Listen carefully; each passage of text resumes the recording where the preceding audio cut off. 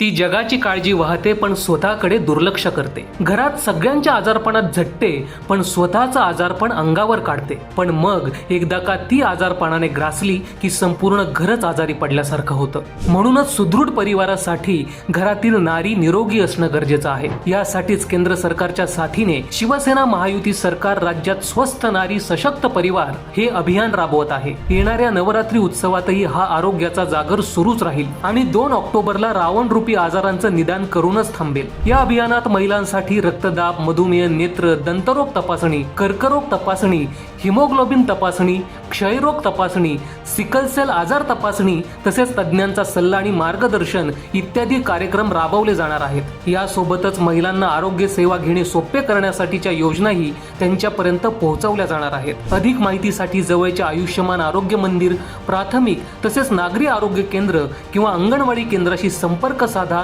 आणि स्वस्थ नारी सशक्त परिवार या अभियानात मोठ्या संख्येने सहभागी व्हा.